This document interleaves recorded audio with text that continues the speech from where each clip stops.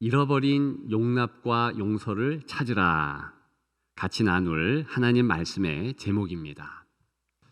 오늘 본문을 통해서 몇 가지 마음에 새겨야 할, 생각할 것들이 있습니다. 첫째, 용납과 용서는 하나님의 성품이라는 것입니다. 오늘 본문은 아무리 여러분들이 마음을 다하여서 용납과 용서를 한다 해도 오늘 본문에 의거해서 무엇보다도 먼저 그것이 하나님의 성품이라는 것을 인정하고 그것을 알고 실천하지 않으면 잘못된 가품, 내 것 아닌 그 용서, 용납을 붙잡은 것이라는 것입니다. 진짜 우리가 되찾아야 할 것, 그것은요 바로 하나님의 성품인 용서와 용납이라는 것입니다. 오늘 본문에도 13절에 주께서 너희를 용서하신 것 같이 너희도 그리하고 그랬습니다. 오늘 본문의 용납과 이 용서는 예수님이 일찍이 마태복음 18장에 제자들에게 말씀한 그 용납과 용서에 기초합니다. 베드로가 예수님에게 쏜살같이 뛰어옵니다. 주여, 제가 내게 잘못한 형제의 그 죄에 대하여서 7번쯤 용서하면 됩니까? 우리 주님께서 아니, 70번씩 7번 용서해야 된다. 그 뜻은 계속 용서하는 의미지요. 놀랬을 것입니다. 근데 우리는 방금 말씀드린 내용 때문에 이해할 수 있습니다. 하나님의 성품이라는 것이죠. 아담과 하와가 죄를 지었잖아요. 반드시 하지 말 것 단 한 가지, 그것을 범합니다. 너 절대 동산 중앙에 있는 선악을 알게 하는 나무의 실과는 따먹지 마라. 근데 그 허구 많은 열매와 과일 중에서 그걸 어떻게 합니까? 죄진 것을 알고 그리고 자기의 수치를 알아서 나뭇잎으로 옷을 한 채로 나무 뒤에 숨습니다.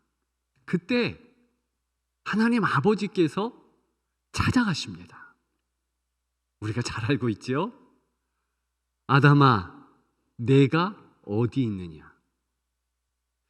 우리 하나님 아버지께서 말을 섞기 위해서 지금 질문하셨다는 것은 용납한다는 거 아닙니까?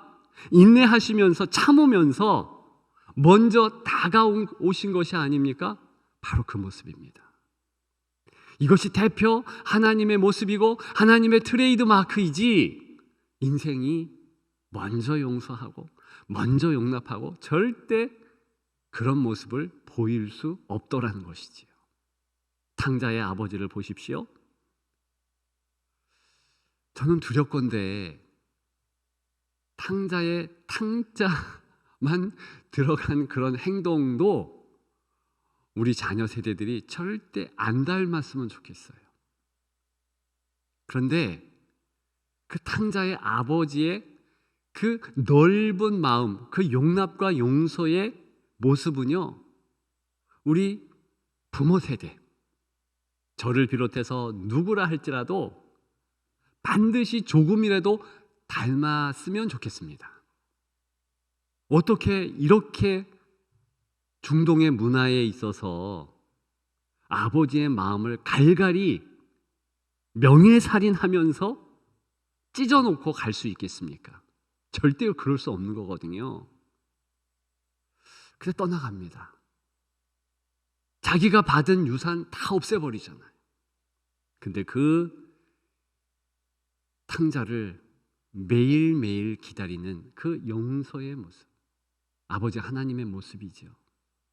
그 아버지 하나님은 죄를 지은 아담과 하와를 어떻게 합니까? 그 나뭇가지 그거 말라 비틀어진 거 그 대용으로 가죽 옷을 입혀 그렇게 살게 합니다.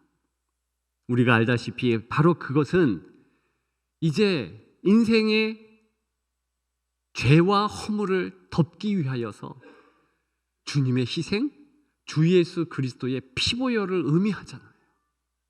죽게 될 것을 복선으로 알려주는 그런 내용 아니겠습니까?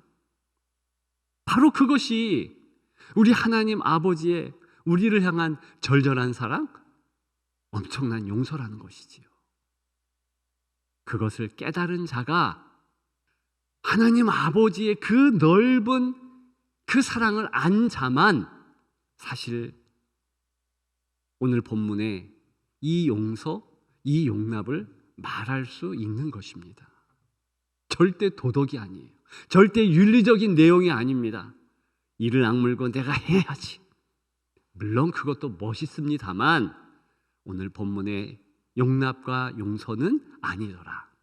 기억하는 여러분들 되시기를 축복합니다. 두 번째지요. 교회는 용납과 용서의 공동체라는 것입니다. 오늘 본문 13절에 보면 그냥 용납, 그냥 용서 그렇게 말하지 않습니다. 서로 용서, 피차 서로 용납, 피차 용서. 즉 나만 용서하는 것이 아니다. 나만 용납하는 것이 아니다. 모두 그렇게 하는 것이다 라고 말하면서 교회를 전제로 해 명령하고 있다는 것입니다. 교회는 어떤 곳입니까? 용서 공동체예요. 용납 공동체입니다. 혹자는 이런 말들을 합니다. 성도들도 그런 말을 해요. 너무 용서를 남발하니까 교회의 공의, 정의가 희석되면 낮아지는 거 아닌가? 여러분 절대로 그렇지 않습니다. 교회야말로 반드시 용서와 용납을 명령으로 여기며 그것 실천하는 것이 수준 높은 공의를 이룬다는 것입니다.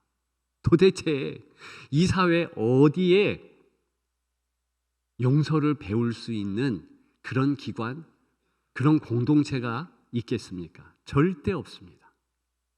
하나님께서 우리에게 주신 공동체 두 가지, 가정과 교회가 바로 용서와 용납의 훈련의 장소라는 겁니다. 용납하고 용서하라. 공동체가 그래야 되고 교회는 반드시 이것을 실천해야 한다는 것입니다. 놀랍게도 서양, 동양 공히 과거에는요 용서가 아름다운 덕목이 아니었습니다. 약자의 덕목이에요. 지금은 서양의 주류가 기독교가 되었으므로 문화를 바꿔버렸죠. 이 동양권에도 그리스도의 용서하라라는, 원수까지도 사랑하라라는 그 윤리와 도덕으로 바뀌어서 틈새까지 깊은 아래까지 내려오게 되었지요. 그럼에도 불구하고 우리 본성은요 용서를 지극히 싫어합니다. 철저하게 싫어합니다. 오죽했으면 교회 공동체에 오늘 이 사도 바울이 감옥에 있지만 수인의 몸으로 목소리를 높이며 피차 용납하라, 서로 용서하라 이렇게 말했겠습니까? 오늘 본문의 골로새서는 반드시 같이 읽어야 할 성경이 있지요. 그게 바로 빌레몬서입니다. 둘 다 같은 시기 감옥에서 쓴 그런 성경입니다. 한 장밖에 되지 않은 빌레몬서. 그러나 굉장히 골로새서 오늘 본문과 연관해서 중요합니다. 빌레몬서의 이 빌레몬은요 사람 이름이잖아요. 주인 이름입니다. 그리스도인이에요. 어떤 경험을 합니까? 자기 자기 노예 오네시모라는 이가 큰 손해를 끼치고 도망갔습니다. 당시 문화로는 쫓아가서 죽여도 괜찮아요. 어떻게 해도 괜찮습니다. 근데 어찌 해서 지금 감옥의 사도 바울을 오네시모가 만나게 됩니다. 회심했고요. 예수 그리스도를 구주로 영접한 그리스도인이 됩니다. 사도 바울이 바로 그 오네시모를 용서하라라며 빌레몬에게 편지한 것이 빌레몬서예요. 용서했을까요? 안 했을까요? 사실 성경은 답하지 않습니다.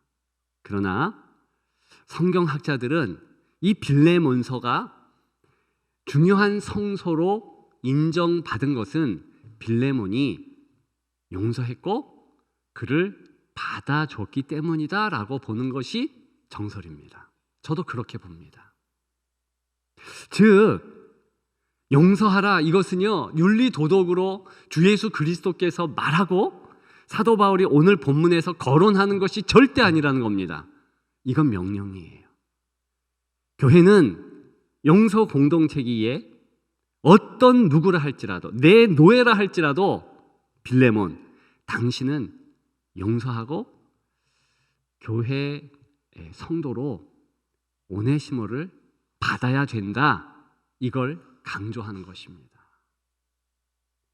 여러분 그런데 그 훈련을 하는 교회마저도 용서하기가 쉽지 않습니다. 교회는요 특별히 현대교회는 가만히만 있어도 부흥된대요. 그 뜻은 서로 싸우지만 않고 화해만 하고 있어도 형제 자매들이 모여온다는 것입니다. 우리를 돌아보십시다. 혹시 우리 교회가 화해하지 못하고 용서하지 못하는 그런 모습이 있다면 반드시 바꾸어야 할 것입니다. 이번 참에 하나님의 은혜 안에 철저하게 잠기고 무엇보다도 용서하고 용납하기를 기도하고 소원해야 할 것입니다. 좀 전에 베드로 이야기를 했지요. 이 베드로가요 자신의 서신 베드로전서 2장 23절부터 25절까지의 말씀 안에 얼만큼 이 용서에 대해서 강조하고 본인도 그렇게 행동했는지 우리 같이 읽었으면 좋겠습니다. 베드로전서 2장 23절입니다. 욕을 당하시되 맞대어 욕하지 않으시고 주님이 그랬지요. 고난을 당하시되 위협하지 아니하시고 오직 공의로 심판하시는 이에게 부탁하시며 친히 나무에 달려 그 몸으로 우리 죄를 담당하셨으니 이는 우리로 죄에 대하여 죽고 의에 대하여 살게 하려 하심이라. 그가 채찍에 맞음으로 너희는 나음을 얻었나니 너희가 전에는 양과 같이 길을 잃었더니 이제는 너희 영혼의 목자와 감독 되신 이에게 돌아왔느니라. 아멘. 이것이 주님께서 우리에게 보여주신 모범입니다. 우리는 그냥 교회 다니는 이가 아니고 그리스도인입니다. 초대교회 성도들은 자기를 소개할 때 나는 그 길을 따르는 자다 이렇게 소개했습니다.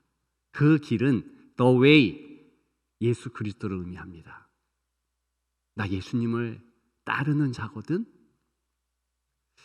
그렇게 고백하는 오늘날의 성도들, 저와 여러분들 아닙니까? 그렇다면 베드로 처음에는 몰랐지만 나 7번쯤 용서하면 되지요. 진정한 주님의 말씀의 뜻을 알게 됩니다. 70번씩 7번 계속 용서하는 예수 그리스도의 몸 교회 공동체. 그 일원이 되어서 나도 주님처럼 용서하리라 하며 용서의 화신으로 그렇게 살아냈더라는 것이죠.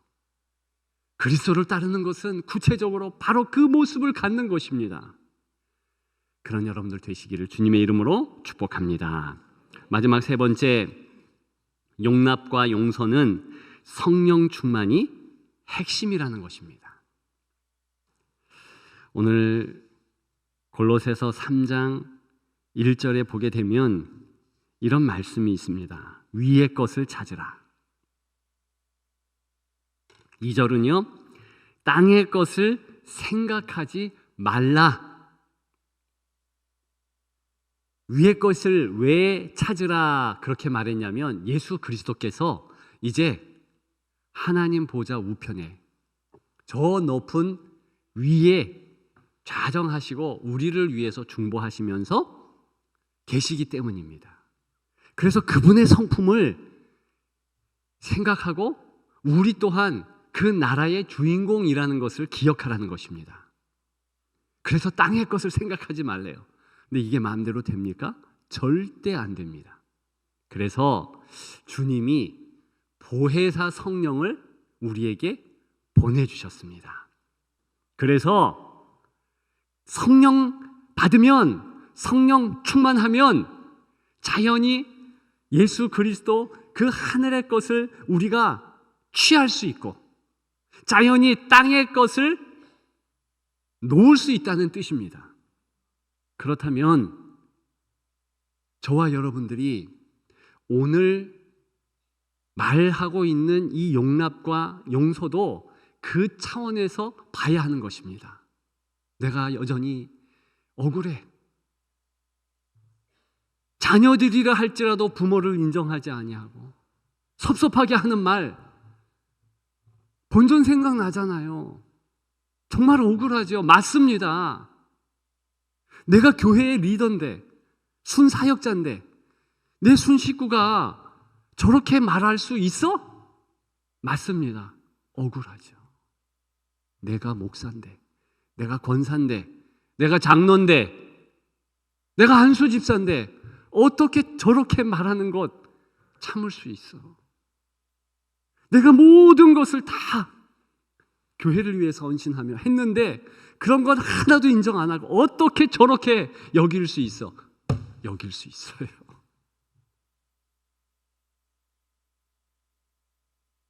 그때 어떻게 해야 됩니까? 내가 용서 못하는 이거 정말 한심하다. 그것도 맞지요.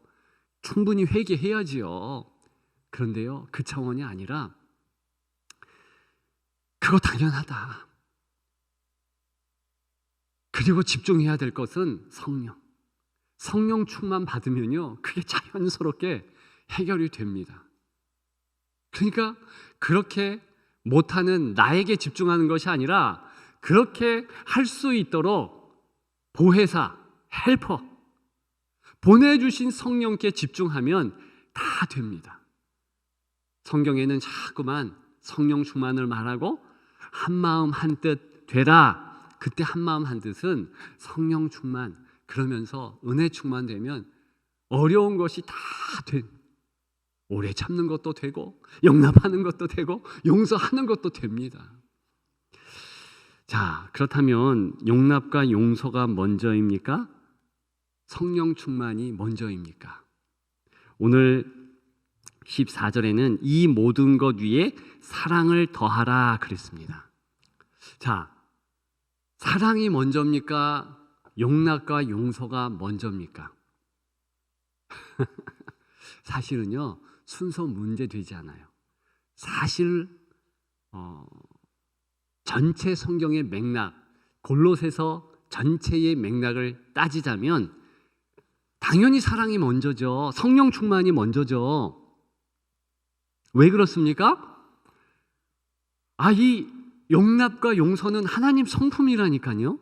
성령 충만 받으면 그게 자연스럽게 되는 수준이 이루어집니다. 이게 도덕과 윤리로 나아가면 그거 가품이라니까요. 짝퉁이라니까요. 안 된다니까요. 그럼에도 불구하고 오늘 본문은요, 그 순서 중요하지 않다. 오히려 어느 때는 용납과 용서 먼저 하라, 이렇게 강조하는 겁니다. 어느 공간에서, 어느 장소에서. 교회는 그렇게 해야 된다는 거예요. 가정에서는 그렇게 해야 된다는 것입니다. 이 두 기관에는 반드시 성령 충만 안 받고 사랑 없어도 그 실천적 행동해야 한다는 것입니다. 왜요? 그런 공간이니까. 그 다음에는요, 이게 중요해요. 그 다음에 뭐라 그래요? 모든 것 위에 사랑 더하라. 이 얘기는요, 성령 충만 받기를 힘쓰라, 그 말과 동일해요. 왜 그럴까요? 먼저 용납하고 용서, 그거 이를 악물면서 도덕과 윤리로 했다면 거기서 끝내고 내가 잘했네, 그래, 위로가 있을 거야. 그게 아니고요, 반드시 성령 충만 받을 것을 소망하라고, 또 그 위에 사랑을 더하라. 이게요, 사랑을 위하여서 간절히 기도하고 하나님의 성품을 내 것으로 삼을 수준 되라는 거예요. 이게 존재가 변하는 것이지 내 윤리 도덕이 되라, 이게 아니죠. 보세요. 10절이라고 오늘 본문에 보면 새 사람을 입었으니 그랬습니다. 새롭게 되었다. 이게 존재가 변했다는 겁니다. 땅의 사람이 아니라 이제 하늘의 사람이 되고, 나는 죽고 예수로 사는 사람, 그렇게 존재가 완전 변한 그런 유의 새로운 인간이 되었다는 것입니다. 그렇기 때문에 순서 괜찮습니다. 다만 용서했고 용납했다면 그것이 나의 의로 보고 그래, 대단해, 쓰담쓰담, 끝, 이게 아니고 더 그것 때문에 하나님 앞에 와서 주여 진정한 사랑을 이루도록, 이거 사랑 때문에 행동하도록. 사랑하면 당연히 용납하고 용서되거든요. 근데 용납하고 용서한다고 해서 반드시 사랑은 아니에요. 그럼 고린도 13장에 보면 사랑은 오래 참고, 사랑하면 오래 참을 수 있습니다. 그런데 오래 참는다고 반드시 사랑하는 것은 아니에요. 이해가 되시죠? 믿으면 아멘. 주 예수 그리스도께서 나와 동행하심으로,